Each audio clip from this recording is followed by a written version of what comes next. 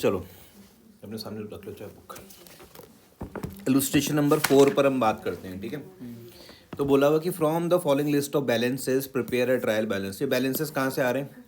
Balances laser laser से आ रहे हैं, ठीक है भाई।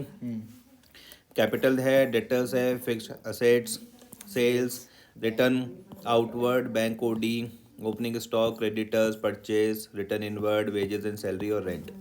एक एक करके स्टार्ट करते। सबसे पहले कैपिटल में काय का रूल लगाऊंगा? कैपिटल में n माइनस। नहीं, कैपिटल में आप L प्लस का रूल लगाओगे। इंटरनल लायबिलिटी होती है कैपिटल, याद रखना। कैपिटल क्या बोलोगे भैया? इंटरनल लायबिलिटी होती है।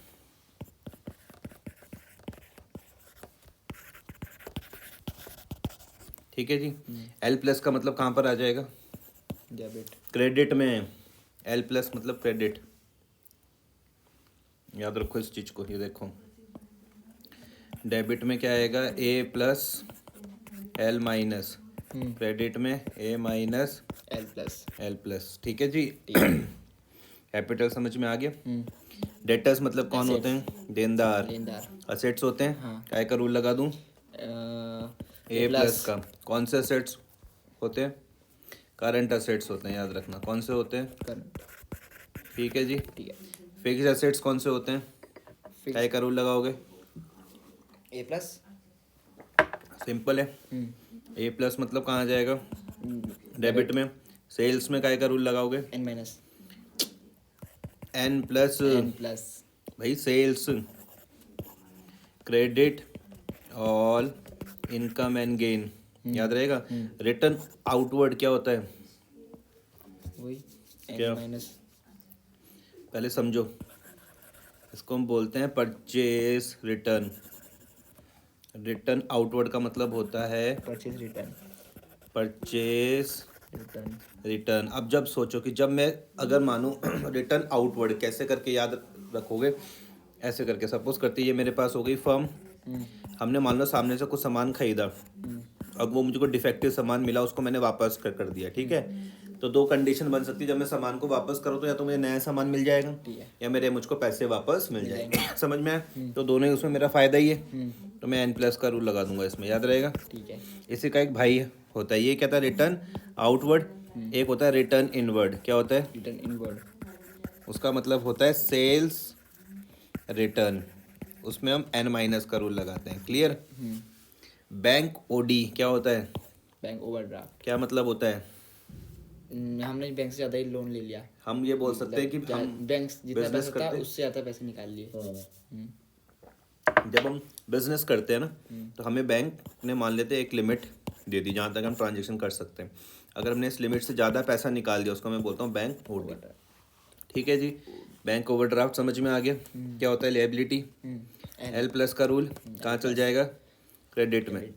ओपनिंग स्टॉक डेबिट में जाता है, ठीक है। ठीक है। क्रेडिटर्स में क्या का रूल लगेगा? क्रेडिटर्स में क्रेडिटर्स मतलब लेनदार। लेनदार, ठीक है। लायबिलिटी है तुम्हारे लिए, काय का रूल लगेगा? L plus. L प्लस का, ठीक है। परचेज में काय का रूल लगाओगे?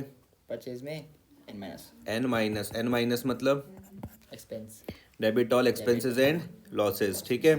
रिटर्न इनवर्ड अभी बताया था मैंने, क्या होता है? Sales return. रिटर्न काय का रूल लगता है इसमें? N माइनस का। ऐसे करके समझोगे इसको। तुमने कहा मान लेते हैं मेरे पास एक बिजनेस फर्म में मैंने कुछ सामान बेच दिया, वो वापसी आ गया, तो या तो हमें उन्हें नया सामान देना पड़ेगा या फिर उनके पैसे वापस करने पड़ेंगे। तो दोनों ही सूरतों पे हमारा नुकसान है। वेजेस एंड सैलरीज काय का रूल लगेगा? Wages and salaries N minus का, ठीक है। ठीक है। और रेंट में काय का रूल लगेगा? रेंट में भी N माइनस, ठीक है। अगर आप देखो रूल सही लगा पा रहे हो तो इसको करने में कोई दिक्कत नहीं आएगी, ठीक है। सबसे पहले मेरे पास कैपिटल है, कहाँ पे आता है? क्रेडिट में, ठीक है। इंटरनल लायबिलिटी कोई दिक्कत तो नहीं है।